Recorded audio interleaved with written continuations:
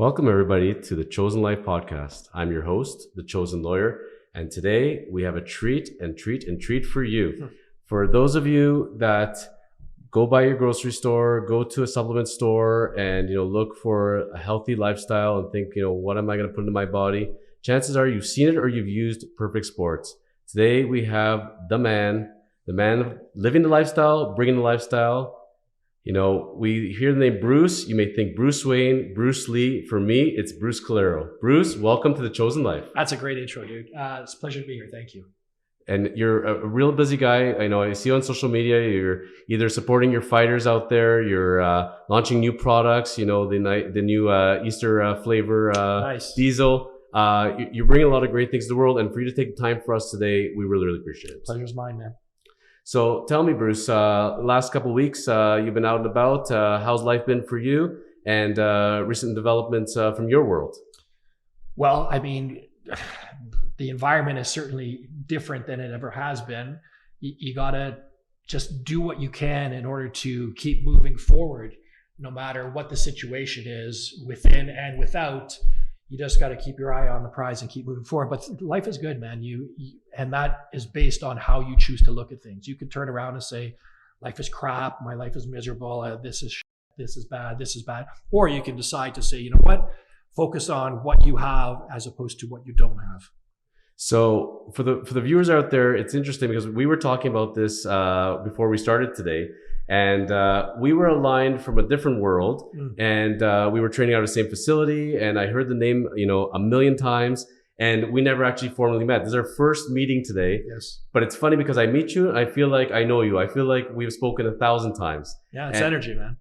When you put that energy out into the world, and you see that other energy, you get attracted to that energy, right? Absolutely, for sure. That's why sometimes you're around people and you just don't feel comfortable, right? Yeah. There's that just sort of unease. And there's some people that you just feel like, nice, that's good, that I feel good around this person. That's all energy. Yeah, and that's the energy you put out there, and I feel like I've known you. I feel like I spent time with you because you put your world out there, You expose your personal side of things, and you're saying, here I am, I'm at this location, that location, I'm here supporting my fighters, I'm here showing the launch of the new product. You're putting yourself out there, and people are relating to you, and it's not always an easy thing for people. Some people don't want to show their identity whatsoever. And you and I were debating this as we were starting today. And in my mind, you are a humble person. You're proud of your accomplishments. You're proud of who you are, but you're still putting all the branding, you put all the other people, your team, almost ahead of you. And well, I wouldn't be here if it wasn't for my team. Like, I don't say people work for me. I say I work with my people. My coach actually said a couple of weeks ago that he thought I was humble. I don't get that from me. I've been called arrogant and cocky and abrasive, and I don't see the humility aspect of my personality. But what I do think is that I do have gratitude for what I have. And so perhaps that is what you're seeing as humility. Well, in today's episode, when I'm thinking of a guest and I'm thinking of topics and who's going to come on the Chosen Life, as I've expressed to you when we were talking initially, and as far as when I'm putting out to the world, it's people that are either living the chosen life or want to live the chosen life. In the episode prior to yours, I interviewed Dan Milstein, who is a well-known hockey agent. He represents pretty much all or most of the Russian hockey players out there, and he's a very big name out there. And he was telling, and I was asking him, what's your future, Dan? Where do you see yourself going? He said to myself, I'm not sure yet when I grow up what I want to be. Nice. And he's very much established. He's a best-selling author, Nice. Producer. He's got many arenas that he's involved in besides the hockey agency part. And when I look at you and when I'm hearing your story, I think to myself, it's not different. Every people who are entrepreneurs, successful, they are diverse. They are in multiple arenas, and they're not stopping. When I think to myself, what I want to be when I grow up, I was looking on social media. I want to be Bruce. I want to be that entrepreneur. I want to be training 14 times a week. I want to be, in the best shape of my life. I want to be inspiring others. I would love to have a company like Perfect Sports. I want to be a lifestyle photographer. Like, you are literally living everybody's dream. How does that feel sometimes? Again, that's a huge compliment. I can't see that what I do I mean, sometimes people see the surface of what I do. So there's the shooting the models and, you know, hanging out with athletes and everything else. And again, I go back on the fact that I couldn't be here if it wasn't for my team, everyone that I work with. So the fact that you said I train 14 times a week, yeah, I do, because I have a great team at Perfect Sports that allows me to take off and go train, you know, and with the photography and everything else that I do, it's just like, that's why we talked earlier prior to doing the podcast about expressing gratitude. Every morning I wake up and I go outside and I just breathe in the air and I just say thank you for what I've been given and what I have the opportunity to give back to people. A lot of people have come up to me saying, you know, you inspire me. And I'm like, I don't know why I inspire you, man. Like, I don't, you know, a couple of weeks ago, a guy, he's a pro boxer, and he asked me how old I was. And I'm like, I'm 54. And he goes, dude, you look great. He goes, you're a legend. You're 54. Yeah, I'm 54. I would have guessed we're the same age. I would have put you at least 10 years younger. Yeah, Incredible. I get that. But, you know, I'm now at that age, like, you look good for your age, right? Which is... No, you just look good, dude. Like, you know what? You can go sit in you can go down to LA Fitness. You're in better shape than any 20-year-old out there. Sure. Yes. Okay, thank you. But what I've done with my life is not magical. Anybody can do what I've done. Mm-hmm. The catchphrase for Perfect Sports is be great. Yes. And that basically can mean anything. Just anything you do it with the intention of being great at it. Some people put importance on your position in life or the money that you make. That's nonsense, man. You're doing a crossword puzzle. Kill that thing, man. Be good at that. Like, people should do everything with the intention of getting better. There's the adage about you're only competing with yourself. To me, that's like, I don't compete with myself. I compete to be better than everybody else out there. Yep. I'm not that sort of beta mentality where, you know, I'm going to get up and as long as I'm better than I was yesterday. No, you got to go out there and you got to hustle and you got to be better than everybody else. Because if you're not better than everybody else, those people are going to take what you've got in your life. And that's never going to happen. And that's really in every arena of life. When Absolutely. I'm hearing you, the alpha in me is just like clamoring right now to go and eat a steak and jump out this window and go do some pull-ups, you know? Because it's interesting because, you know, take it for example as a lawyer, take it for example as a photographer. There's always going to be somebody out there with more experience. They have more knowledge, let's say. They've done it for longer. Mm-hmm. But I always say they're never effing going to outwork me, ever. Right. And that will always pull ahead. Like when I'm putting a team together, I will take the hardest workers always ahead of the most talented. 100. I'm not taking lazy people. Hard work beats talent. Every day of the week. 100. So that being said, let's jump into our first topic. Sure. People that meet you in different arenas, meet you on see you through social media, they could think, oh, he's a photographer. That's what we know him as. Mm-hmm. I could see him and say, okay, the guy trains, you know, he must be some sort of bodybuilder. But first and foremost, the first place I knew you from was Perfect Sports. But I take the supplements. I love it. You know, I take my pre-workout. I love my protein afterwards. Mm-hmm. And this is not an infomercial. This is facts. Like before I even knew you even existed and who you were, I tried all sorts of products. I have a very sensitive system out there. Yes. It's just the way it is. I have a very hard time digesting protein powders, mm-hmm. and they don't react very well for me. But if you want to be in the world of bodybuilding and if you want to grow, they really make a difference. They do. For having clean, nice fuel into your body. Easily Perfect Sports. Yep. Perfect Sports is the only thing that agreed with me. Thank you. And the only thing I saw consistent results. I wasn't getting sick of the taste because there was a variety of taste. Yep. And I loved it. And then when I learned as far as that you were in the picture and it started to make sense, this guy is the embodiment of what a perfect sport is. So that being said, walk us through, how did this company come to be? What is the history of Perfect Sports, please? Long story short, I used to own a number of pro shops and gyms. Okay. And I would be selling other people's products. At the same time, I was training to fight. I trained at a club where a lot of the athletes in there were going to fight in Pride and UFC. So I had the intention of going to fight in Pride. And at the same time, How long ago was this roughly? Well, 96, 97. Okay, so a couple years ago. Yeah, a couple of years. And I had 5 pro shops. And I came up with the idea of developing my own line to sell in my pro shops because I would take a look at the products that are available, what made them good, what made them weak, and I would basically take what made them good, try to make them better, and then I would capitalize on what made them weak. So I brought out a line called Supreme Supplements way back in the day, and I started selling it in my pro shops, and then I had the idea of trying to get it into a few local stores around the area. So I did that. I sold all the pro shops that I had, and I developed the line. And I had the great fortune of hooking up with a couple of friends who used to work at GNC. And so we basically had the opportunity to get it into GNC. But the problem was, at the time, I believe there was 100 GNCs. I had no way to sell to that many places. So I went to a distributor and introduced them to the line. And they're like, well, we don't want your line unless you have someone who will take it. So I went to GNC. I'm like, are you interested in the line? And so I took the money that I had. Yes. I filled 4 stores or 5 stores for free. Okay. And if it sold well, then they would entertain the idea of bringing in the brand. The problem was I had no way to facilitate selling to 100 stores at the time. So I basically pitched both of them against the other. I went to the distributor. I said, I'll give you GNC. I said, you're taking my line. I went to GNC. I said, I have a distributor. They'll be able to supply all your stores. And that's how it started. The pro shops, how long did you have those for? Maybe 3 years. Prior to that, I owned a clothing company, a bodybuilding clothing company. And Yes.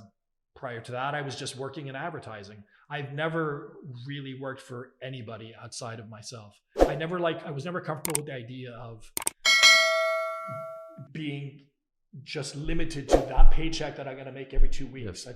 That's slavery, man. I couldn't do it. Not to say that there's anything wrong with it. There is a certain comfort in knowing that every 2 weeks you're getting your paycheck. And there's been times, man, and I've had some pitfalls where I became a millionaire my first year, and subsequently I lost it. I was deeply, deeply, deeply into debt. I was, and it's just like a fight. You get knocked down, you decide, okay, I'm out, or you decide to put on your big boy pants and keep going. And I just refuse to go down. So you keep going, and but building up those pro shops, for example, before going into Perfect Sports, yes, you build the thing from ground up. It's your baby. Yep. Do you get attachment to businesses? Do you get attachment when you build up something like that? And was it a hard thing to let it go and move to the next venture? Or how does the mindset work in that? That to me, that was just a means to an end. I mean, the supplement, the company Perfect Sports, that's my baby. Because it's what I believe. That statement of be great. Yes. You mentioned earlier how Perfect Sports doesn't upset how diesel doesn't upset your stomach. Right. It's a very simple reason why not. Okay. Because it's very easy for a company to put a lower quality protein in their product. Yes. And let's just say we offer 26 grams of protein per serving. Mm-hmm. Let's just say I only put in 21. You're never going to know the difference. Your body is not going to know the difference. But I'm making that extra 5 grams of protein per scoop in a, let's say, 20 serving container. That adds up. Sure. So then I could expand on that further. Instead of putting a high quality isolate, let me put a little lower grade isolate. You're never going to know. And unless there's a complaint with Health Canada, nothing really happens. Mm-hmm. And there's a lot of companies that cheat. They lie on the label, and that's just the way it is. So that's why there are people that man, I took that protein and I had to run to the bathroom. Yeah. But my mentality has been, you can only screw somebody once. So let's just take a relationship between you and I. Let's say we're going to do something together. Yes. And I'm constantly screwing you over. Mm-hmm. You're either A, going to tell me to go myself. Yes. You're going to find a way to get back at me and screw me back. So what's the purpose of doing that? I've never understood screwing somebody. I don't operate that way. I just don't think it's an honorable way to live. Mm-hmm. But you're a store, there's your customer. I'm going to make sure that customer is getting a great product. I'm going to make sure that you get a good margin of return on your investment, mm-hmm. and you're going to continue to buy from me. I'm going to put forth a message that I truly believe in. And I think, to me, that's a win-win scenario for everybody. He's going to be happy. You're going to be happy. And I'm going to be happy, mm-hmm. knowing that I took care of you and I'm giving that guy his value for his money. So that being said, pitting the distributor, GNC, trying to get everything going as far as the distribution going, yep. getting the right stores set up, the quantity. From that scenario to being in literally every possible outlet that could sell this product. Yeah, we're global now. We've expanded to other countries. Mind blowing. But if you don't have your drive, if you don't have your kahunas, it doesn't happen that way. Sure. And there's points, and mental health is a very real thing. People get anxious. People, when they're losing money, hemorrhaging money, they can fall into deep depression. Yep. And I'm looking at the conditioning you are with your physical body being fit. I'm sure your mind is equally fit, and you stuck to the game plan. So walk us through when GNC hits. How do we get it to a global dominant brand? With that brand, which was called Supreme Supplements, there was a falling out with GNC, which subsequently made a falling out with my distributor. That was a really bad day because, and I remember it was January, I believe, 2004. GNC pulled my brand. My distributor stopped a $750,000 check that I was due.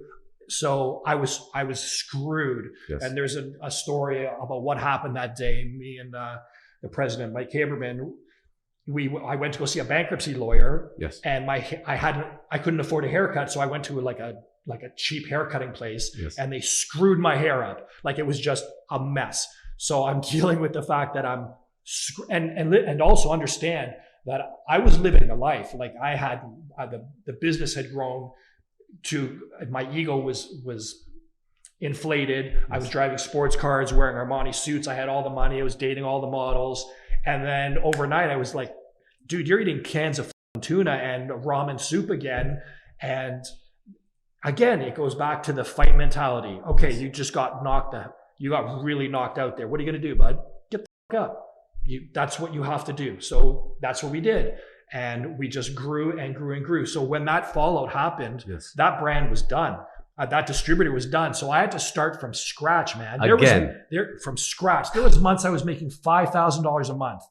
So at the time, Mike. And that's covering everything. That's not $5,000 in your pocket. No, man. That's like, I had to cover everything. And, again, like Mike, he worked for free for 6 months. We were struggling, dude. Yes. It's a funny story that I told the guys I work with on Friday. I was so broke that I couldn't even dry wash, take my suits to the dry cleaners. Yes. So I stuck them in my own washer and dryer and screwed them up. Apparently you can't put suits in. Apparently not. No, apparently not, right? Yes. So, but again, you decide that nothing is stopping you from what you want. So when was the reincarnation of the company, and when was Perfect Sports born from that failure? Yep, Perfect Sports. Yep. Perfect Sports was the phoenix that came out of Supreme Supplements. Okay. And roughly when was this? Would you say? Maybe 2005, okay. 2006. Okay. And we came up with the idea of doing a new brand, yes, and we had to eke out a living. It was, just getting new stores. And keep in mind that these stores had already been burned by me with Supreme Supplements. Right. So I conducted myself like this with all the people that I owed money to and my suppliers. I went to everybody and I said, listen, I know I owe you X amount of dollars. You're either going to help me move past this and I'll pay you everything I owe you, or you're going to make my life difficult and I'm going to pay you for the money that I owe you. Right. And so there's some people that supported me. Yes. And I've been loyal and I grew with them and I paid back everybody. Mm-hmm. And the people that made my life difficult, I screwed them for the money. Bruce, in that sense, you have to have knowledge, you have to have a game plan, but there has to be some luck in this. Everybody thinks that 100. Luck is not involved at all is foolhardy. No, I'm incredibly blessed in my life. You have to have that. And I can tell you in the business world, I've been around it since I've been a practicing lawyer. I took a business degree at Schulich before I went into law school. Why? Because I said, if I'm gonna have a business client as a lawyer, I have to understand the business mentality. Smart. And I don't have that. Dude, yes. I have an art degree, man. Yes. I basically grew to this with just the intention of being a fair and good businessman, yes, and having the wherewithal to know that I need to bring in people that can do things that I don't. I'm a big picture kind of guy. Yes. So I have people that I work with that handle all the details. I'm like, okay, here's where I want to go. This is what I want to happen. I'm like, you guys figure out, right? And it's a joke, But you have the degree in thugonomics. You have the degree of life. You have the degree of street smarts, and it's art degree, business degree. At the end of the day, if you're gonna plop somebody on an island, they get off the island, can they figure things out? That to me is the leader. That's the entrepreneur. Yeah. And that's what I see in you here when you're saying that. And you get very few kicks at the can. The fact that you had Supreme at the time and didn't take, very few, if anybody, can come around and still be the face of it and get that second chance. You know, you see athletes getting second chances all the time in sports, but in the business world, very few will give you that chance. And I'm glad to hear that you were able to kick down those doors. But you just don't, if that door doesn't open for you, try another door, man. Like you decide what you want in your life. You don't let life decide what you get. You decide what you're getting from life. So, you know, there was doors that closed on me. Like, okay, this door, oh, that fucking door doesn't work either. I'm going to go to this door. And you just keep going, man. Your goal is this, and this is where you are. In your mind, you got to come up with a plan to get from A to B. And it's never going to be a straight line. There's going to be pitfalls. There's going to be curves, but you keep deciding to move forward. That's all there is, man. Success is guaranteed as long as you keep moving forward. And there's going to be two kinds of people out in this world. There's the ones that are going to see Perfect Sports and say, Bruce, bravo. And there's the ones that are going to say, you know, what happened to Supreme? And it's funny. If you're going to live in the past, I tell them, live in the past, enjoy your time there. I'm living in the present and in the future. Yep. See you later. Yep. Everybody makes mistakes. Absolutely. There's no one perfect, certainly. No. But it takes a real man, gentleman, a person, human being, woman to take ownership of that. There's people that will go blame the whole world. You could have gone and said, you know what? Oh, Supreme didn't take because this person screwed me, that person screwed me. But at the end of the day, taking accountability, saying, you know what? My plan, I'm going to change direction. And, you know, when you were talking with those people and the people you were able to turn around, you know, how did you do that? Like, how did you build that trust again? I'm a straight shooter, man.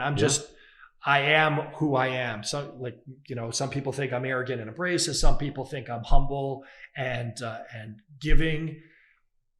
I like to present myself exactly how I am. If you don't like me, that's because you don't like me for who I am and perhaps how you perceive me. I mean, I'm not going to get into the minutia of psychological and behavioral understanding. Yes. You may have some internal issues that perhaps you don't like me for whatever demon you're battling with, but I'm not going to get involved in that. If you don't like me, this is who I am. I'm like this with everybody. I don't care who you are. Yes. You could be the CEO of a major company, and like I don't treat people differently based on their position in life. That's a thing to do. When I was talking to my production team before, and we were actually talking about this whole concept of it, and you bring up that point, when I didn't know you yet, but when I'm seeing you, I'm not seeing Bruce, you're a mirror. So all of us, when we're talking with somebody, they're mirrors. When I see Bruce, I see a mirror, I see the best me. It brings about my energy, and I want to bring out my inner Bruce. Where somebody is not confident in themselves, saying, oh man, I don't want to see him succeed because then I got to admit my own failures. Sure, you know, that's that kind of mirror.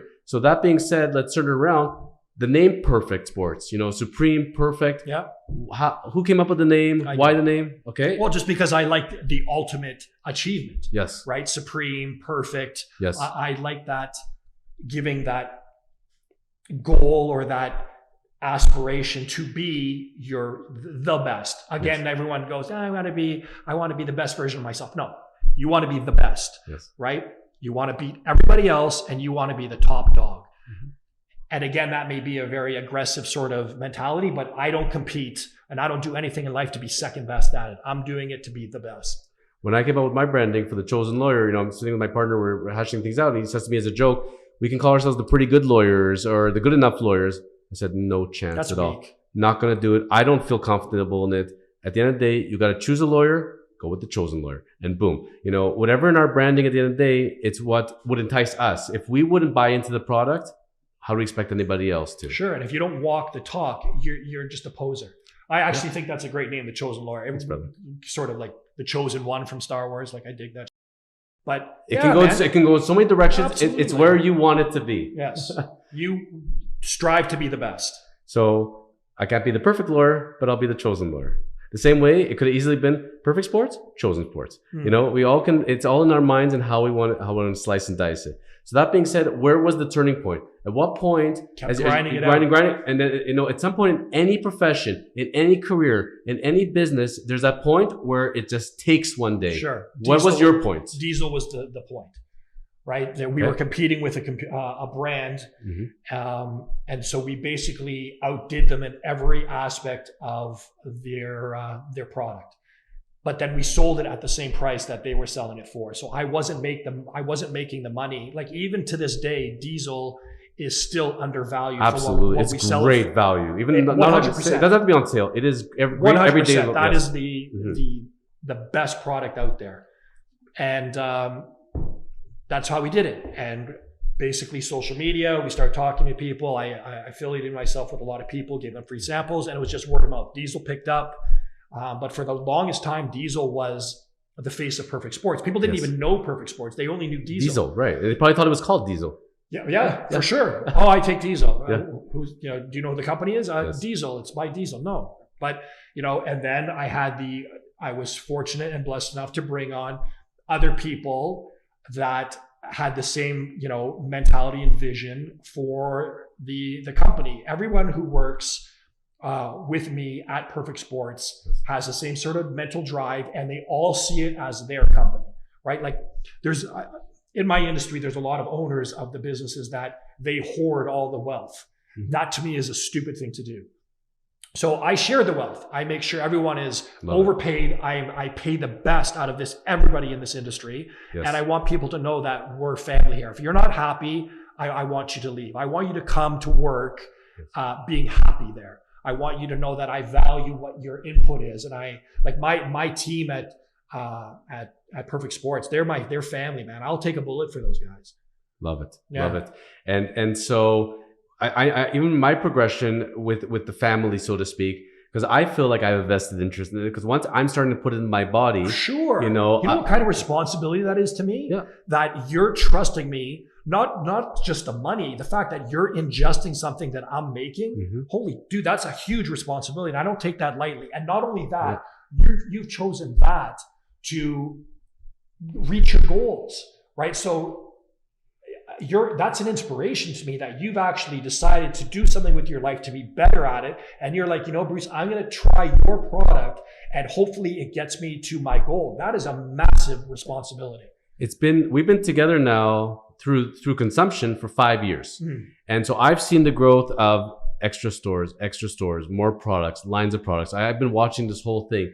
And at the end of the day, I'm thinking to myself, we don't need to advertise here, because let's say, for example, for me, anybody who's close to me, I'm making them take it. If they're at all interested and they don't believe me, I buy them the product. It's your birthday, here's your gift card, and here's your tub of Perfect Sports. Good luck. And Thank you. And you start seeing it in my office, you see it in my home, you see it in the college, you see it everywhere. Mm-hmm. And my family members, it's all in their closets and all in all their cupboards as well. And it's funny how it grows. One person likes it, then 3 people, then from the 3 people, sure, it's 6 people, and it grows. And in everything in business, people, new entrepreneurs, new professionals, they're like, how do I make it in this world? And I tell them my recipe, very simple. First of all, you have a database, you got contacts. Every single person should know what you're doing and who you are. Mm-hmm. So let's say the average person can have anywhere from 100 to 1,000 contacts. Great. Sure. Once those people believe in you, they start telling their circles, all you need is one golden goose. You need one person to take to believe in you and spread it to their inner circle, and you're done. All you need is really that one person. Mm-hmm.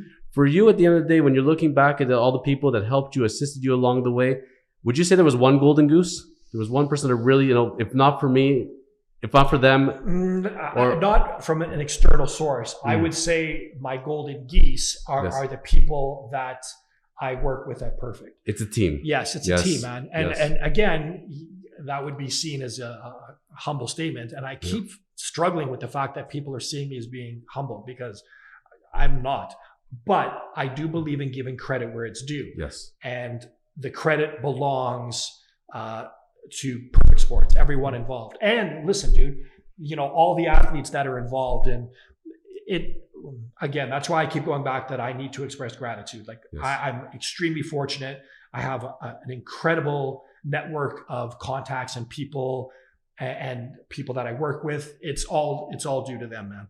When I interview people at all facets of my operation, so I have the podcasting side, but first and foremost, I'm a partner at a law firm. So I have to bring people in different offices and function in different capacities. I say to myself, there's a special person out there that can they come up with the big plan? That's number one. From there, can they come through with the steps on how to do the plan, to actually walk through the plan? But then number 3 is the execution. 100. Most people stop at start. Very few people can do one of them or 2 of them. Almost nobody can do 3 of them. And you have to make the decision when you're bringing somebody on board to work with you and be in your circle. Can they do number 1, number 2, number 3, or some combination of it? And that person that could do all 3, you hold on to them for dear life, because they're a rare unicorn. Here's another situation that I don't understand in today's sort of environment. You'll get people that have been loyal to your company for X amount of years. It happened to my Yes. sister. She worked for a big company for 35, 40 years, Mhm. and they just let her go. Mhm. She's 60 and they just let her go simply because they're going to bring in someone who will take half her paycheck. Mhm. Like, how can you be so disloyal for money? Yeah. Like, how can you, the people that brought you to the dance, to turn around and say, you know what? Thanks for your service. There's the door. That to me is just so dishonorable. I could never behave in that manner. Agree with you 1,000%. I recall working at a business where they let somebody go Christmas Eve. They were working nonstop overtime, never put through their overtime. They did it for free, and they let them go because they're inefficient. You're getting your work in on time, but we don't like the fact that you have to put in those hours. I know you're not charging us for it, but you're just not efficient enough for us. Yeah, We they have to were bring in looking somebody for a more reason. efficient. But what kind of message does that send to your team when you're letting the hardest working person go Christmas Eve? You're not going to build any loyalty that way, because they're going to say to themselves, I'm going to bust my butt for you, and I'm going to put in weekends, evenings. I'm going to lose holidays for what? You're going to let me go on a whim because I'm inefficient? That's a scary proposition. Sure. And as a leader, I would never do that. I always ask, when you have to let somebody go at the end of the day, when you think about people you bring in, the first question I would ask myself, what did I contribute to this? Did I give them the opportunity to grow? Mm-hmm. Did I put them in the right? Did I put a square into a round hole? Did I outlay the expectations properly? Did I give them did I give them feedback? Did I give them a chance to improve? There are people that if you try to make somebody into something that they're not, you're not going to get anywhere in life. Sometimes, you may not get the thing you're hoping for from position, but you find those hidden talents, and maybe you'll create a new position for them. Maybe they'll help evolve your company, but you got to be able to read people and to find those elements within them. And I think a true leader can do that. Sure. But there is something to be said about, your job is to hire people for the job you're looking for. Oh, absolutely. There's a saying, I believe it was by Einstein, if you try and get a fish to climb a tree, that fish will always think he's a failure. So there is something to be said about finding people's innate hidden talents, but business is business. I mean, if you're not suited for the job that I need you for, maybe I can do something else with you, but for the most part, I'm going to let you go. Like, I don't like people that take advantage. Agreed. I mean, there's got to be a balance at the end of the day, and it depends on how long they've been there, what vested interest you have, what kind of training you've had, what they've produced. There's many considerations that go into it. I will give you now the $1 billion idea that I have in my mind for a while. I don't think it's out there. Maybe you and I can develop this in the future as employers and as far as for the world out there. When you're going to hire somebody, in my mind, there's only one thing we need to do. We need to develop what's called the common sense test. And if somebody has common sense, I want them on my team. And if they don't have common sense, I have no use for them. Measuring common sense is a very difficult thing because at the end of the day, you got to put them in real life scenarios and seeing how they react. And in my mind, if you don't have the education, if you don't have the experience, but you have common sense, it will get you through. When I was a young boy growing up, that's all my mother would drill into me. I was like 5 years old, 7 years old, and I didn't know what I'm doing. She said, son, use your common sense. Use your common sense. It'll get you through life. And mom was right. I was 15 when I first started taking karate. Well, I took it when I was younger, but it was just a flippant thing. But I started studying at 15, and my instructor told me common sense isn't very common. And he's right. It's very lacking in this world, unfortunately. People are confusing education for intelligence. It's not the same thing. It's a question of what you took in and how does your mind work? How does it grow your brain so that when you encounter when times are good and the money's flowing and business is flowing, everybody's a genius, right? Like we were talking about real estate before we started today's conversation. When prices are going up and you bought 3 years ago, you could have bought almost anything and you look like a genius, right? Yes. The question is when you encounter hardships, when you hit a roadblock, how do you deal with that? And that separates the true winners in my mind. In every scenario in life. Yes. It's, as you said, it's very easy to be, top of your game when everything is groovy, but when times are tough, and you will also find out who is loyal to you. When you're the star, when you're the rock star, everybody wants to be your friend. 1,000%. But when you're, down in the dumps, who's got your back? Who's surrounding you at that time? Those are the true circle of friends that you have. I mean, I know a lot of people. I have a very few amount of friends. Yeah, it's funny. People ask me, you must have lots of friends because you close so many transactions and you build relationships. Mm-hmm. And I tell them, at the end of the day, I know those relationships, 95 to 99% of them, it's because I'm valuable to them. They need something. They'll say, hey, buddy, I miss you. I love you. Da, da. By the way, can you review this for me? By the way, can you close this for me? and I know if I can't do that for them, they're gone. They're not my friend. That's right. It's when you're down and out and you need them, or you don't even have to ask for it, and they say, hey, I sense your energy. I know you need me now. I'm here for you. Those are the true people. Sure. Yeah. Many people only like you for what you can do for them.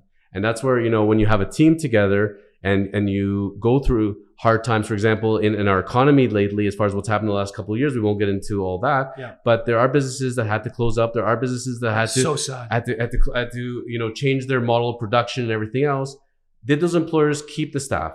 Did the staff stay loyal? Did you get pay cuts? Did you not get pay cuts? And it's funny that through adversity, I would tell all employees out there and employers, think of the relationships you built over the last 2 years when you grind it out, and then when the good times are back, remember those relationships. Sure. Certainly. So based on that topic, yes. Again, in my industry, there was a few of my competing companies right. that dropped people's pays. Mm-hmm. They laid people off, and I was very quick at the very beginning. I would sacrifice my salary to make sure everybody stayed on and got paid. Love it. So, I mean, again, that's just a form of loyalty and appreciation for what people have given you. And that's where you're saying, I'll overpay them. I will give them every opportunity, but they'll stay loyal. And, if you do any kind of business analysis, to have to retrain, rehire every time that cycle, it loses so much productivity. Yes. Yeah. In a profit and loss scenario, it does make sense to keep people, but I don't look at that. That's a Mike thing. He looks at all the details. For me, It's just, if that person is good to you, if that person has been loyal to you, I can't fuck them. I just not built that way. So talking about profit and losses and finishing off on Perfect Sports before we go into our next arena, I had one question for you. Mm-hmm. How do you pick your flavors? How do you pick the categories of items? Because I can tell you, I've had like some of my favorites that have disappeared, and yes, there have been others that I've been hoping it would come, and they do come. And I think to myself, how do they decide what flavors and products? What goes behind that? Well, I mean, in terms of flavors that we let go of, that's simply if it's not up to par with all the other flavors. Like honestly, chocolate and vanilla, as basic as they are, those still are the top selling flavors. So, we don't gauge any new flavor to those, but for example, there's if a flavor isn't doing as well as we expect or what it should with everybody else, yes. Real estate in my warehouse, and we're constantly expanding. We're now at a 50,000 square foot facility, and space is still tight for us. Yes. So that product is taking up real estate in my warehouse, and if it's not earning its keep, we let it go. And in terms of new flavors, like we just brought out chocolate cream egg. Yes. We're constantly trying new things. We're always talking to our customers, not only in Canada, but in other countries. And they'll give us an idea as to what's popular or what maybe try this. Yes. And then we're always screwing around. We have two people, because I own the manufacturing facility, right? Yes. Gen X. And we have people in there that all they do is just flavoring. And so, because let's be honest, dude, this is not back in the 70s where people are going to close their nose and take a shake no matter what it tastes like.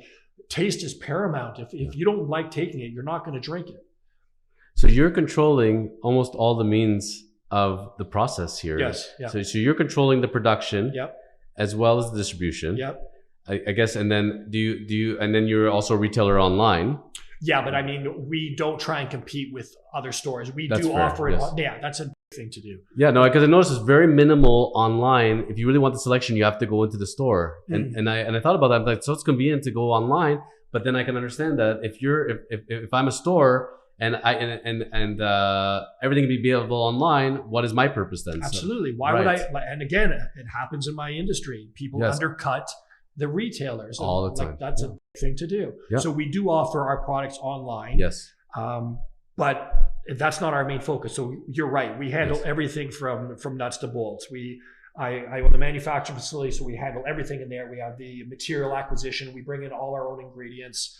We handle all the marketing and advertising at Perfect Sports. Yes. We distribute there. So I have a distribution company that handles the distribution for Canada.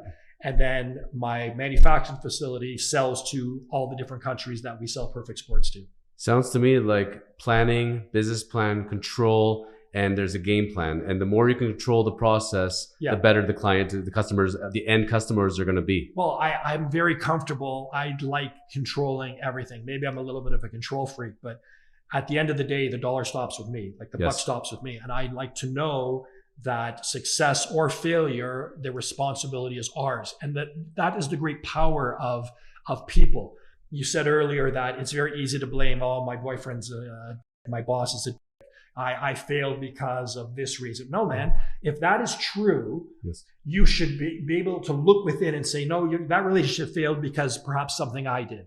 Maybe not. Like there's quite often just relationships don't work. But when you take the responsibility within yourself for your failures, then you can also take the responsibility of making your life what you want it to be. And that is the magnificent thing about people. Like that's what's so inspiring for me when I look at people. You can achieve greatness. There's nothing special about me. I just decided that I refuse to settle for being second. I need to be the best. And that is the power of people, man. You can decide, you know what, God damn it, I'm going to be the best at this. And you do it. And so if you can take the responsibility of your failures, you can take the responsibility of making your life magnificent. Stop living and wishing, oh, I wish I was like that guy. I wish I had that chick's like, no, man, make that life yourself. You grind it out and you get it. That's I think, a superhero power. And we're going to get into your story in a moment, because that's one thing I'm going to ask you about in line of what you're saying. One question to finish off on Perfect Sports, sure. and a little, I'm not going to say controversial, but it's one I've asked you before because of what I ingest in my body. Yeah. The one thing I always thought was, and you answered to me before, but I'd love for the viewers to hear, because I'm sure they're asking the same thing, is why no protein bars? You know. Good answer. Please. Diesel's a very, very clean product, right? Yes. So give me some diesel bars, buddy. I'll be ingesting all day long, right? The problem is in order to have the shelf life for a bar, yes, you have to put ingredients in there that we don't really want to put in there. A simple answer. Listen, dude, bars are a huge business, but there's also the problem of shelf life, right? They're only good for 6 months. So you have to produce X amount of products. You have to be able to have the infrastructure in place to move those products. Yes. Shipping is it's the same way as drinks. Yes. Like we wanted to do a diesel RTD, but again, you're introducing ingredients in there that right now we're not comfortable. Like Perfect Sports is a very, very clean brand. Absolutely. So we need to maintain that. And unfortunately, it's prohibiting us from doing certain things. I can tell you that I stand behind my physique and I tell people, how do you get this body? Yeah, it's a lot of hard work, but it's also what goes into the body. And what goes in your head too. Yeah. Yeah. I love that. And I'm hearing you because I can tell you most of the protein bars out there taste like crap.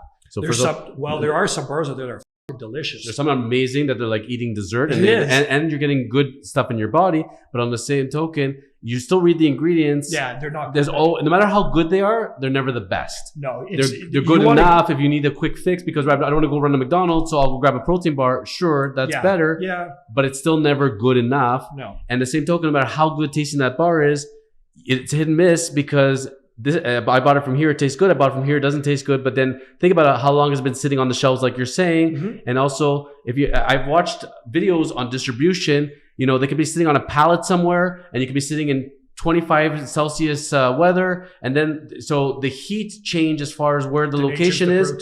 That can affect the whole chemical composition of the bar itself. Mm-hmm. So it's not like it's come off the line and it's going directly in your mouth. Like in Miss Fields and we're eating cookies here. This thing got wrapped up, but we don't know how far it had to go and how many climate changes before it came into your body. Yep. And that's why you're seeing it. Sometimes it's hard, sometimes it's soft. It tastes good, doesn't taste good. So I'm feeling you on that. Or what'll happen is a distributor will have short life product. Yeah.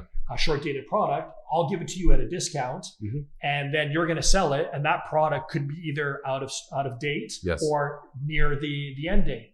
But a consumer, I don't know about you, but when I buy shit in the store, I don't look at the date. I don't look at the expiry date. I just buy it. Yeah. So you could be getting short dated product. Yeah.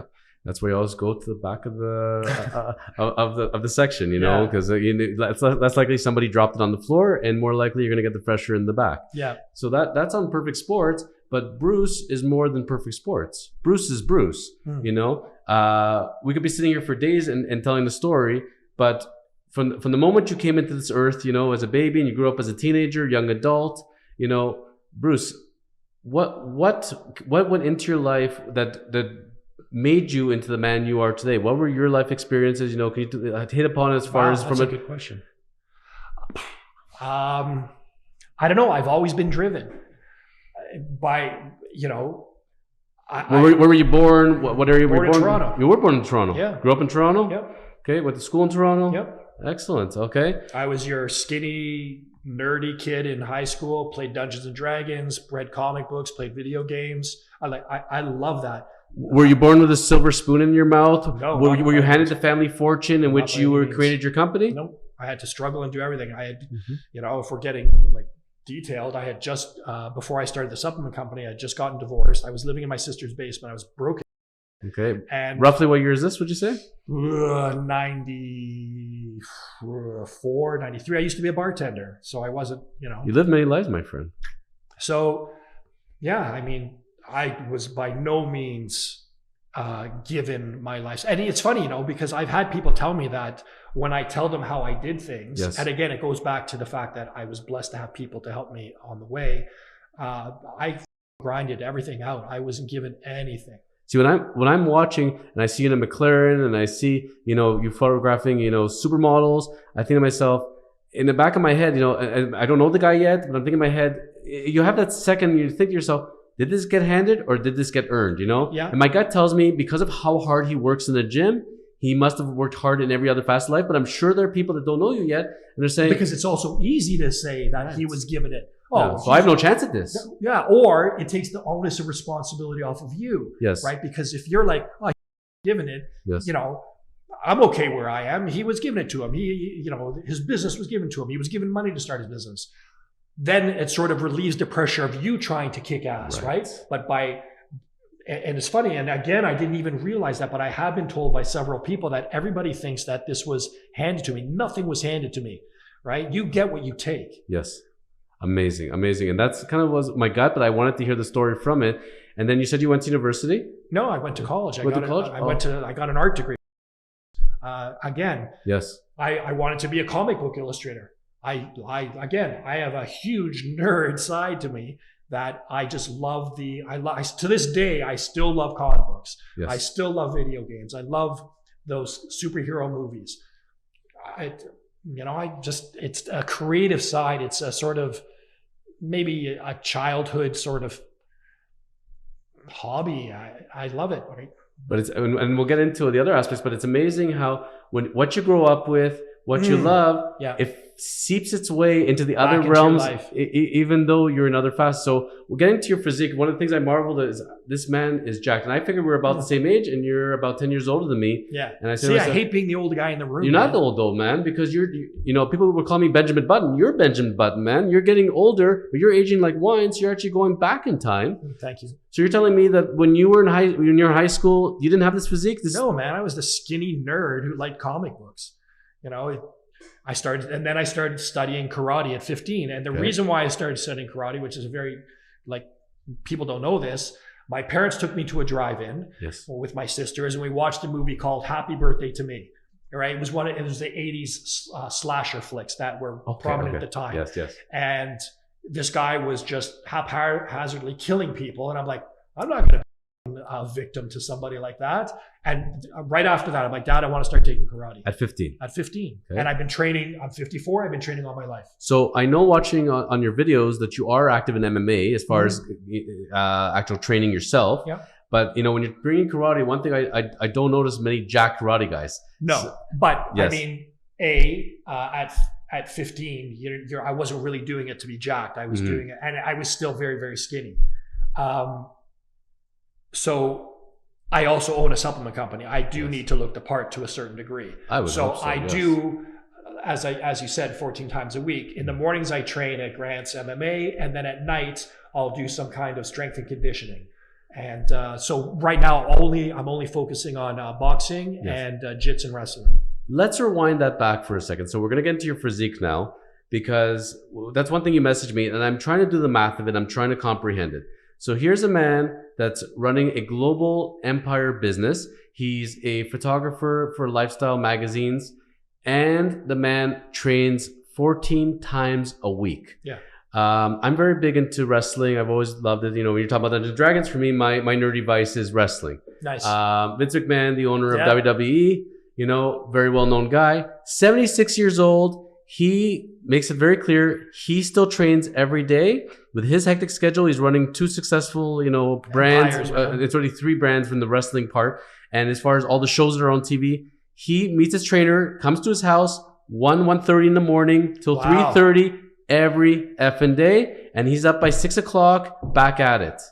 Good for him. So and he's doing that, and you're telling me 14 times a week. Yeah. So how do you find the time? You know, I have good people that are running my companies. It's due to them that I'm allowed to train like this. I have a gym at my house. I have a fellow of mine, Elliot, who has a gym that is a private gym that I go and train there. Yes. And then, like I said, 6 days a week, I'm at Grant's MMA and I'm training there. Yes. So, I came from the Grants world as well at one point, and we were training at the same time. Although we hadn't met, we were at different schedules. It just never crossed. It so happened. I'm at Vaughn Strength and Conditioning. I got my trainer Jared Heft. You've met him before, great guy. Yep. And you know, at one point I had 5 trainers. Now I'm down to my 1 trainer, and you know, Jared and I are close. He's like he's my Chubbs from Happy Gilmore, you know, and he's my life coach, my mentor. And he, you know, when you have a trainer, there's a very deep relationship in that. They know your highs and lows. They know when you're mentally on, not on, when you're taking care of yourself, when you're putting the right stuff in your body. They can tell from the production of what you're doing, right? Your output. And I think to myself that I'm stellar because I'm doing 3 times a week with him. And I'm going all out like it's the Olympics. Those 3 sessions are my hard sessions. Mm-hmm. Walk me through Monday through Sunday, 14 times. What does that entail? How many trainers?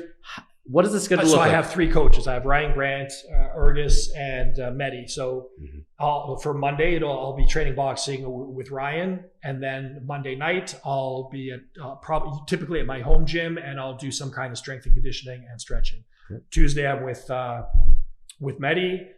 Same process at night, strength and conditioning. Wednesday with Medi, Thursday with Medi, Friday with Ryan, Saturday with Ergus. And then I train twice with 2 coaches on Saturday, and then typically at night. So people are asking me, and then Sundays in the morning, I'll do something. It's called active recovery. So I'm still moving. Okay. It's funny because I have this Apple Watch, and it's holding me hostage because I have this long streak of 100 days in a row of working out every day. And now I'm a slave to it. Now I can't take a day off. So on a Sunday, I'll go and do like a light walk uphill for an hour. I mean, should I take a day off? Yeah, I'm just not comfortable doing it. It's amazing, you know, because again, we see ourselves in one light, you know, and I was very big into the yoga world at one point. I still love yoga. I love it with passion. Yoga saved my life. It was over 10 years ago. I was very overweight. I was developing health issues. The doctor wanted me to be on cholesterol meds. I'm like, dude, I'm in my early 30s. I'm not taking cholesterol meds. He said, you got to save yourself. I decided yoga. I said, it's great. Mental, physical. And when I signed up for it, they said, why are you signing up for yoga? I said, because I want to feel good and I want to have a sexy yoga body. That's what I wrote down on my application. I was going to yoga for like every day for a couple of years. I was going to be a yoga instructor at one point. Me too. It's funny. I looked into the training, but I said, I can't go out to Costa Rica and give you guys a month. It's not going to happen with my schedule. Yeah. But I loved it. Yoga's incredible. I came from the moksha world. And so they started calling me Warrior One because I reached 395 days in a row of going to the studio every day. No excuses. I don't want to hear it. I just want to do it, and I'm going to find a way. And there's times if I can't make it to the studio, I'm going to do it in my house at 11 o'clock at night. I'm going on vacation. I'm at the Howard Johnson, go to the gym there, roll the yoga mat out. And there was one day I decided I'm going to challenge myself. So I made up a game plan. It was Friday night. I planned out my meals. I planned out my clothing and everything. I showed up at the yoga studio Saturday morning at like 8:30, 9 a.m. And I said, sign me up. I'm doing the gauntlet today. I'm staying for all the classes. And they're like, are you crazy? You can't do it. Dehydration. I said, no, I got the coconut water. I got the bananas. I got the, nice. I got my little medjool dates. We're going to do this. And I stayed for 6-7 hours of yoga. Nice. I did it. Back in the day when I was studying karate, we used to have these things called endurathons. Yes. And it was 24 hours of training straight. And literally it was 24 hours of training. But that kind of mental toughness, that kind of mental training is important. That is in today's sort of MMA environment, people sort of denigrate the old school martial arts, the karate, the kung fu, judo, but they were steeped in tradition and honor and respect and discipline. And that is where I got my never say die mentality from that. So training, and I remember one time I went out with my cousin partying. I got home at 2 a.m. I slept. I had to train. I had to be at the club for 8. I trained for 24 hours. I went from there to work. I had to work 8 hours. And then I came home and I fell asleep eating dinner with food in my mouth. But like that kind of mental toughness is incredible. My coach G, Ryan, he's like, fear does not exist in this club. So when you're about to fight somebody and their only goal is to hurt you, there's a certain amount of anxiety and fear. And he's like, you can't feel that doesn't exist here. And that sort of mentality permeates everything in your life. If you're held back by fear in whatever manner, you're never going to get to what you want to do. There's a saying that on the other side of fear is heaven. It's true. Because if you let anything hold you back, if fear holds you back from anything, because there's often sometimes people say there's a fear of failure, but there's oftentimes a fear of success, but it's still fear. Like I always say, keep doing what scares you until it doesn't. I have an expression that warriors never die, they evolve. Sure. Yeah. And whatever you think you are as a warrior today, you may get killed out there and doing what you're doing. You're not actually going to die, but you decide on how you're going to evolve yourself to the next stretch. When you're talking about the whole idea as far as a mental outlook, when you're competing, for example, in boxing sparring, there's two ways it's at it. You could be sparring for 2 minutes. If you're terrible and you're scared, that 2 minutes feels like 20 minutes. And 10 punches feels like 1,000 punches. Sure. It never ends. Yep. But when you come out there confident, 2 minutes feels like 20 seconds. And their hands feel like they're the size of beach balls, and you're just avoiding and everything else because you're just so confident. It's like the world stops. All you see is that person in front of you, and all you can focus on is their hands. But if your brain is, where am I going to be next week? And oh my God, how am I going to do this? And how am I going to deal with this? And I feel so tired and my calf aches me. You're done. You've already defeated yourself before you even started. It's funny. I was sparring with Ryan a couple of weeks ago, and yes. I'm like, in advance, I'm like, how many rounds are we going to do? He's like, why do you want to know? And for me, it was a strategic thing. I wanted to know how many rounds we were going to do so I would temper my gas tank. Yes. So I would, okay, we're going to do 5 rounds. Okay, I know I'm going to put this much effort into the rounds and go for it. Yes. And so he's like, okay, we're going to do 7 rounds. And then when we got to this, or even when I sparred last Friday, he's like, this is the last round. So I gunned it that last round. Yes. I put everything on the line. And when it was done, I'm like, okay, we're done. I did well. He's like, 1 more round. And so your tank is empty. That's where the mental toughness comes in. That's where you have to decide, we got to do this. And I asked him afterwards, I'm like, did you do that on purpose? And he's like, yeah, I did that on purpose. It's so interesting you're saying, and when I'm seeing you and you're saying this, it's funny. Again, you're that mirror. I'm running through the stories of my mind because I'm seeing myself in you, and I'm recounting my life, and I've been in that position where I've been at Grant and I finished off the rounds, and then they said the 1 more, and I'm gassed. I have nothing left. Yep. And there's one time I can tell you we had to do that. I had to do the push-ups, I had to do the punches, and then do the runs. And at the end of it, I laid down on the ground and I bawled my eyes out for about 2 minutes. Mm-hmm. And I remember my coach looking at me and saying to me, I don't feel sorry for you. And I better never, ever see you react like this again, or you're not welcome here. And I can tell you, I've been beat harder since then, and I've been more tired. And I said to myself, I am never going to allow myself to feel like that again. And when I'm doing wall sits, I tell my legs, you want to break? Break. I don't care, but I ain't moving. That is the mental toughness that you need in order to be successful in life. Because that ability to say, F it, I am just doing this. Yes. Trust me, dude, there's times when Ryan's beating my head like a drum, and I just want this to fucking end. Yes. I just want this round to end, right? And you got to keep tough going, SOB. man. He's That's a tough it, man. SOB. And that grind yeah. permeates in every aspect of your life. So that being said, when you're saying this, I'm thinking ahead to our next arena is the perfect sports athlete. So that being said, you set yourself a standard for your life. You're saying to yourself, I'm an owner of the biggest supplement company. I have to look the part. I have to feel the part. You do. I have to walk the talk for sure. So that being said, how do you decide which athletes become perfect sports athletes? How do you? They have to. Please. It's very simple. There's 2 aspects, and I'm going to be completely honest. Please. One, they have to be, they have to be, when you're dealing with an asset, they have to mirror your mentality. They have to believe in the message that you're sending. I'm not interested in paper tigers. That is the most important part. We have people that have very, very few following, and it's, quite often you'll bring on somebody into your roster because of the eyeballs on that person. But to me, the most important thing is, does that person believe in the be great mentality? And if they do, then we will work with them in some capacity.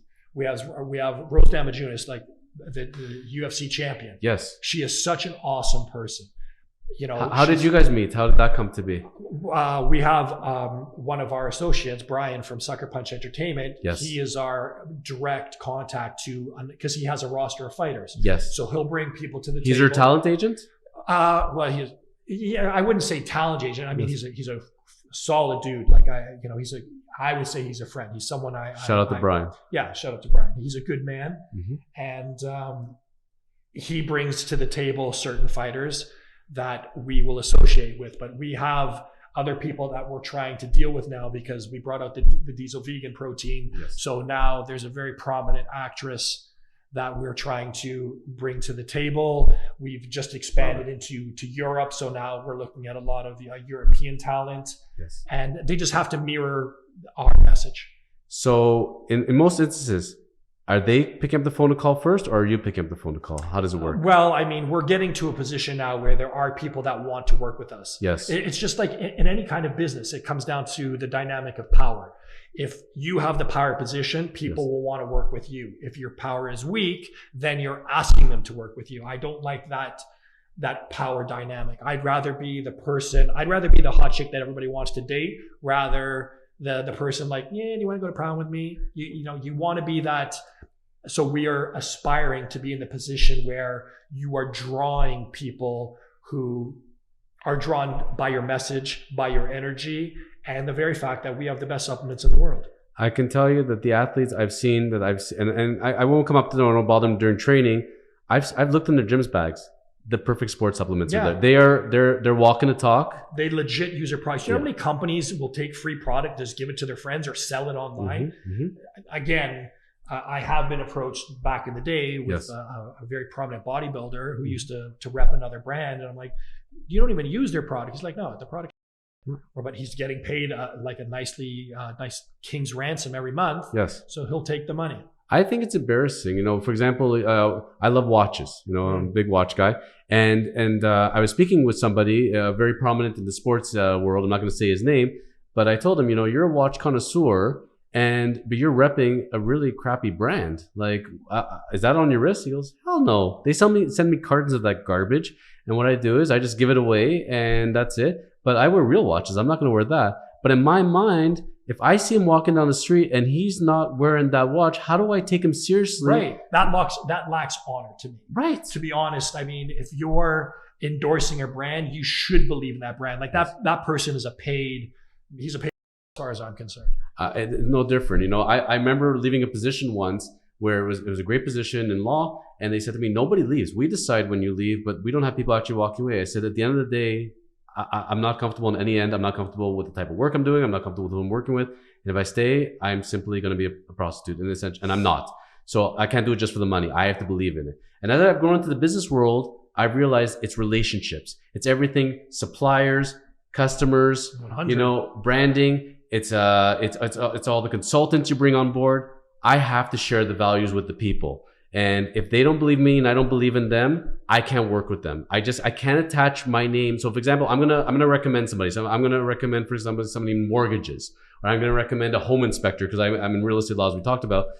I don't want a kickback. First of all, if I'm taking a kickback, to me that's dirty. It's not right. And number two, if I'm gonna give out that name, it's because the person I'm giving to, I want them looked after. Period. And if they're not looked after, I don't want to give that name. And because if I put that name out there and they screw them, I screwed them. Right. And now I'm guilty by association. So I've put all this hard work in building my brand, my legacy, to have somebody else flush it down the toilet because I'm the one, I attached myself to the wrong horse. What? I will not do that. That's right. I mean, you're not only viewed by how you conduct yourself, but also who you surround yourself with. My dad used to say, you fly with turkeys, you're a turkey. So turkeys don't fly actually, but WKRP back in the day. Anyway, yes. You are viewed by the people you surround yourself with. And not only you're going to be judged by those people, but the people around you, their energy is very important. I mean, I call them psychic vampires. Do you want somebody around you that is like draining you on a consistent basis? Like there are some people that just eke out a living. And I'm not talking, again, what they make monetarily. I'm just saying they just live day to day, just going through the motions. You don't want that people. You want people that inspire you, man. You want people that make you work harder. That's how I've always viewed myself. So people, couple of people mentioned to me looking at the podcast, they said to me, is this a sports-based one? Because it seems like you're having a lot of athletes and sports related. And I tell them, we're not a sports podcast. We're a lifestyle podcast. Again, living the chosen life.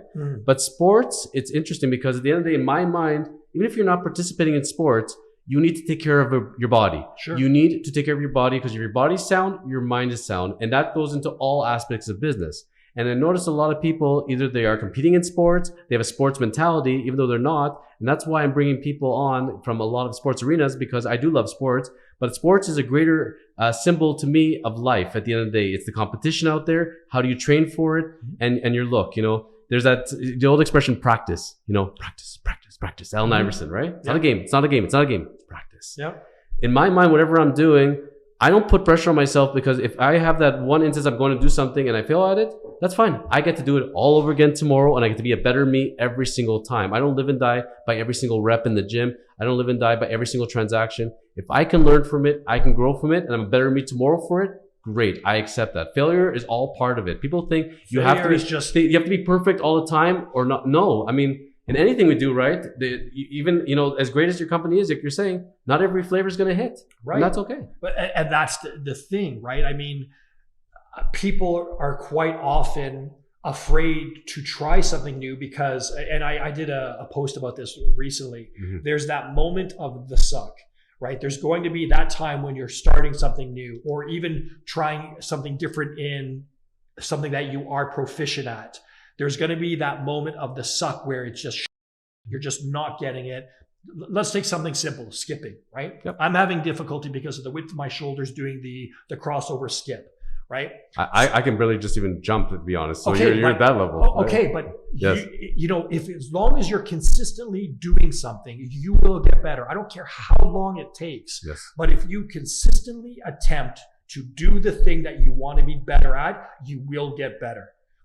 Maybe with a modicum of movement, maybe an inch better at it, but it's still better than where you were, man. You don't look at how far you've come, how far you have to go. You have to look at how far you've come. And as long as you're moving forward, man, it doesn't matter how many times you get knocked down. It doesn't matter how many failures you have, as long as you keep moving forward. So that's the way it's got to be. So when you're assessing the perfect sports athletes and you're looking at your roster, do you have certain criteria that you're saying they have to have this many wins? No. They have to have this many championships? No. They have this many followers on social media? What? Sometimes. Okay. At the end of the day, like, you build a relationship, you're saying, you know what, I like your look, I like your energy, I think you're really good for our product. They love the product, great. So we build it together. Two things that come to my mind. First of all, if they tell you, listen, I won't show it to anybody, but I really don't ingest the product, but I will happily endorse it, and they won't see me with any other product. No, they're out the door. We've actually had someone, a really, really big figurehead. Yes. That in the MMA community. Yes. And because of his digestive problems, he's chosen not to take any protein. And he's like such an honorable man. He's like, I like your brand and I like your message, but because I don't take protein, I can't endorse. That took honor, man, and integrity. 100%. There's been many people that have approached us that have like, I don't take this particular product, or I get all my calories from food, which I dig, man. If you can do that, there are advantages to supplements. There is convenience with supplements, but if you are so diligent that you can do all your things from food, cool. No, for me, you got to believe in the brand. I don't care how many wins or losses, because to me, a loss is also inspiring. If you lose and you get up again and try again, yes, how inspiring that is to people. People are not inspired by the consistent winners because there's nothing they can relate to. It's the person that got knocked down, got back up, and continued going. Imagine back in the day, if Rocky, real life Rocky, and in the movie they showed he got endorsement deals, yes, as he became the winner. Yeah. And then as he started falling down, the endorsements go away. But in this day and age, we want to shoot for the underdog, the person with the charisma. And it takes a lot to even, take the beats and stand up and say, I'm going to be better for it.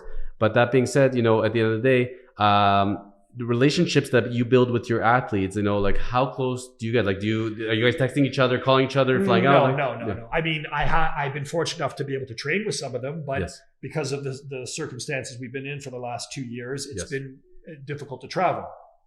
So when now that things are opening up, when I go travel to see them fight or something, then I have the opportunity to train with them. And that's awesome. Like, what a gift that I have the ability to train with these people that are, at the pinnacle of their career and in their chosen field. It's a blessing. Think how many trainers they have, what they had to produce to get to there, and then now you're training them. You're getting to experience all their training. It's the levels. Oh, it's amazing. Any particular shout outs you want to give out to any current athletes on your roster? To me, they're all champions. Win or lose, the fact that they continue to strive to be better and be great. Like, I'm blessed to have the entourage that we have. Love it. And so as we're going now to our final topic of the day, it's interesting because we talked about the team at Perfect Sports, as far as how building up that empire, as far as the athletes that endorse it, and the constant theme as far as the people you're surrounding yourself with and how you're building up your lifestyle. And we're coming back, we talk about that 15-year-old Dungeons and Dragons, and maybe he wasn't in the gym, he learned karate, and where you brought that realm of your life, but the Dungeons and Dragons never really escaped, and the love of comics. You still show some of your old illustrations online, and now, it's funny because people watching this and knowing Bruce Colero will say, what are they talking about, weightlifting, and they're talking about karate and MMA and supplements. I know him as a lifestyle photographer. Yes. We saved the best for last. Yes.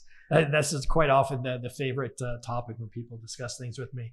And there was a part of me that wasn't even going to discuss it because I'm so in this world with you that I wasn't even aware of that part of it at all. And I looked and I'm like, there must be another Bruce Colero out there. Yeah, that's happened to me. I figured it must be two guys. And I'm like, no, this is the same guy. Yeah.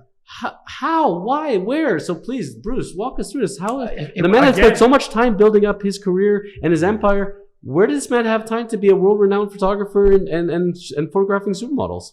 It was a fluke. I did an illustration of one of my ex-girlfriends in a Star Wars sort of illustration. And Princess Leia? No, it was a stormtrooper. Okay. And Playboy contacted me and saying, we'd like to use one of your illustrations for a cover. I'm like, who the is this? You thought somebody's like grabbing your leg here, for sure. For sure. I mean, to get into Playboy is huge, but to get a cover off the bat is just never happens. Yes. So from there, what year is this roughly now?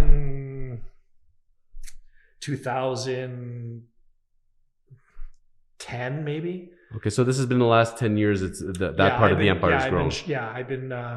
So at this point, Perfect Sports is going. Yep. Life is good. The brand is growing. Yep. And then you get this cover opportunity. This opportunity to that's where it first hit. Yeah. I had an illustration appear on the cover of Playboy. See, I would have guessed, you're taking a bunch, photographing for maybe, some models in the area. Yeah, I did do that for the supplement company. Yes. This is sort of an indication of my mindset. I learned photography just simply because I didn't want to. Let's say I was going to hire you to be a photographer. Yes. That means now I have to tell you the image that I want to see. Mm-hmm. This is the image I see in my mind. I need you to give me that. And I'm like, it's taking way too much time. I'm just going to learn how to shoot myself. And so I just decided upon myself one day that I'm just going to learn photography. And I just did it. I started shooting models, started shooting the athletes, and on the side, I was still doing my illustrations of comic book characters and sci-fi characters. So what I did is I developed a sort of formula of incorporating 3D work, how they sort of do it in the movies today, and my photos as well into it. And then I would literally draw on top of it. And so my work is a blend of photography, 3D work, and illustration. And people seem to like my work. And it just grew from there. So right now I'm doing comic book covers, and I do like that. To me is just, I love it. You're like, it's like, to me, like being a ring announcer or being a commentator in WWE, or being a manager for one of the wrestlers out there, like that's like the level, and you're doing it. Like you're literally living out that dream. Well, you manifest what it is. In my mind, and here's the secret about what I do. Yes. In my mind, I'm never here today. In my mind, if something's happening, I'm like, that's done. I've got this. This is done. My mindset is always in the future. I don't look at things as maybe. I look at things as this happened. This is gonna happen. And then if it doesn't happen, I take a look at it like, you know what? that shouldn't have happened. That wasn't the right thing. If I had gotten that, it would have screwed up the trajectory of something else, or it would have been bad for me. I always, in my mind, look at things as it's an achieved deal. It's done. And I just believe that you put that energy out in the universe and it manifests. If you're like lazy, or you're just, depressed or sad about shit, oh, I'm never going to get that, or that girl's too pretty for me to talk to, or I'm never going to, man, you believe like that's a done deal. I'm going to get that. I'm going to get that. And the universe delivers you what you put out in your mind. Dan Milstein calls them Johnny on the couches, those people that live on their couch, go on their computer and troll, and try to put negativity out there. Oh yeah, for sure. And they often they're doing a 9-to-5 job, they're not working out, they're not eating well because they're saying, I have no time. And here you are running Perfect Sports. I don't run it. Like I give the direction of the ship. Again, I don't want to take credit. Yes. I say where we want to go. Yes. This is what I want to see happen. This is the message I want imparted. And then I have the people that make it happen. The founder and visionary of Perfect Sports. Take that. So we have that. We talked about your training habits. Mm-hmm. Now we're talking about photography and illustration. Yeah. What you're doing in the photography world alone, like that for most people is beyond a full-time job, Yeah. And here, it is only part of you. And again, it's how do you find the hours? Like, do you ever get calls for magazines for shoots that you have to turn down? Yes, there's magazines that I don't want to work for. There's women or there's models that I don't want to shoot. Okay. Just simply because they're drama queens. Yes. Again, it goes back to being surrounded by people you want to surround yourself with. So if there's a problem child that I know of, I just don't want to deal with them. So even if Playboy calls you and tells you, Bruce, here's a blank check, you write the amount, but we need you to work with her. Nah. Money is not my focus in life anymore. Okay. And everyone says that like, well, he's got money, so that's why he doesn't care about money.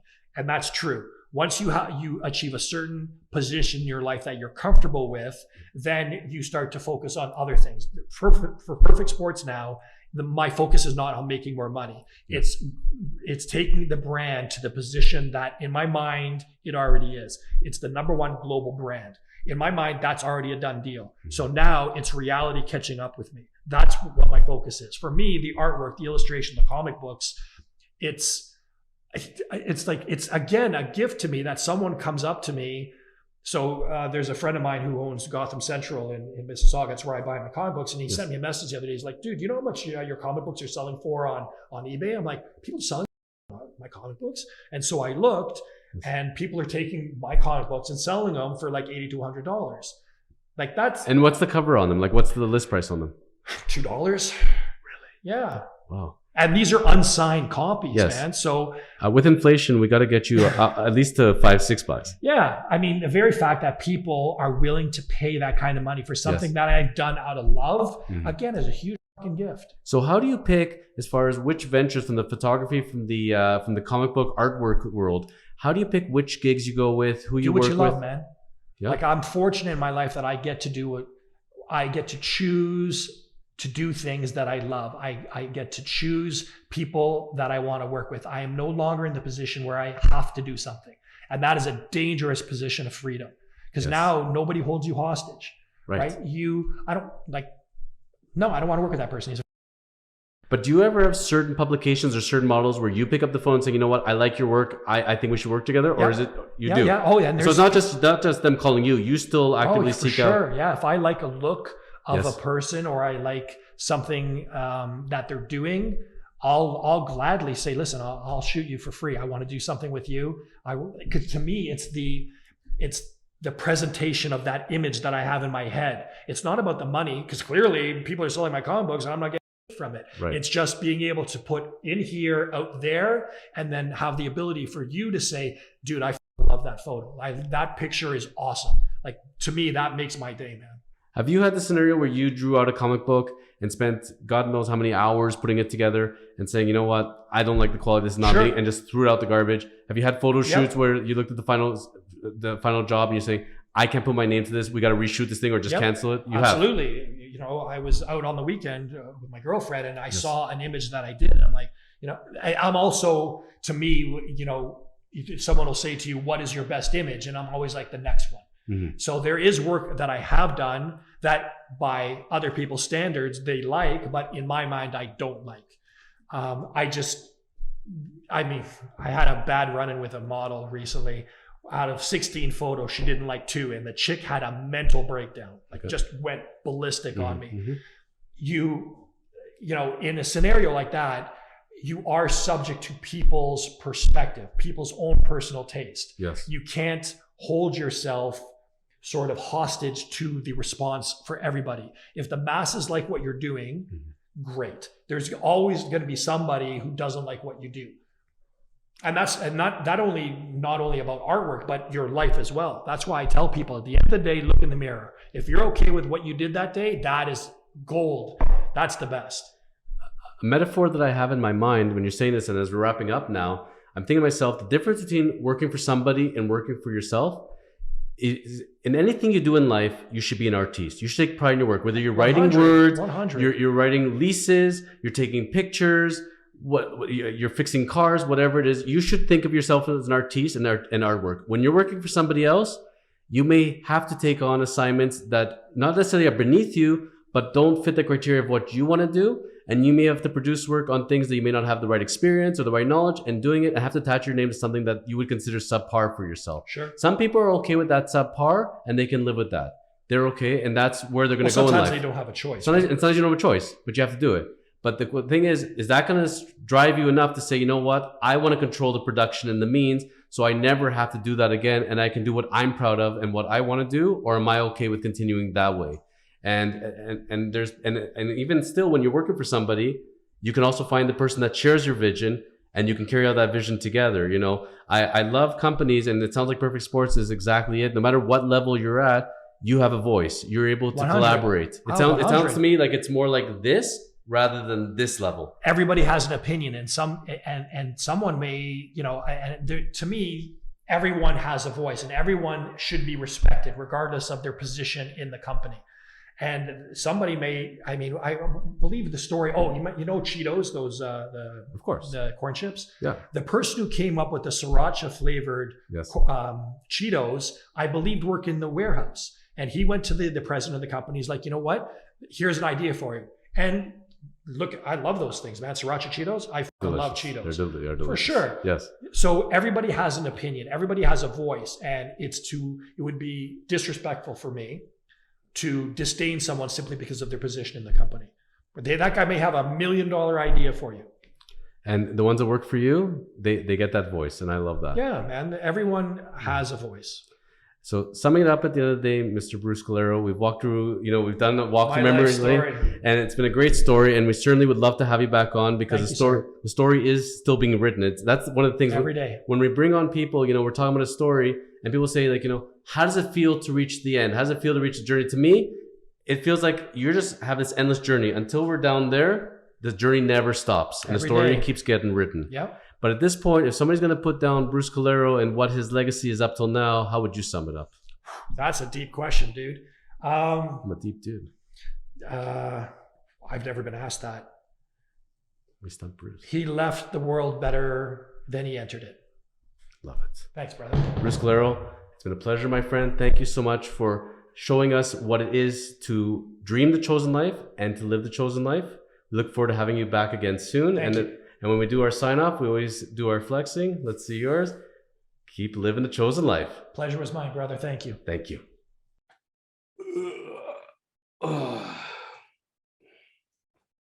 Wait a minute. Are we still running? Well, I know you already hit the subscribe button, the like button to say how much you love this episode, and the notification bell so you get notified of all our future episodes. But you still feel like you want more. Well, when you're ready to contact the chosen lawyers at Kormans LLP, we are here to help you. Whether you're looking to close a real estate transaction, a refinance, a corporate commercial matter like a lease, a shareholder agreement, an incorporation, you need a will or power of attorney prepared, a family law matter comes up, contact the chosen lawyers. we are here for you. So how do you get in touch with us? It's really simple. You go onto our website, go to kormans.ca, that's KORMANS.ca, fill out the contact form, and a chosen lawyer will get in touch with you. So it's very easy. We look forward to seeing you very soon. And thank you very much for watching The Chosen Life. We'll see you back very shortly.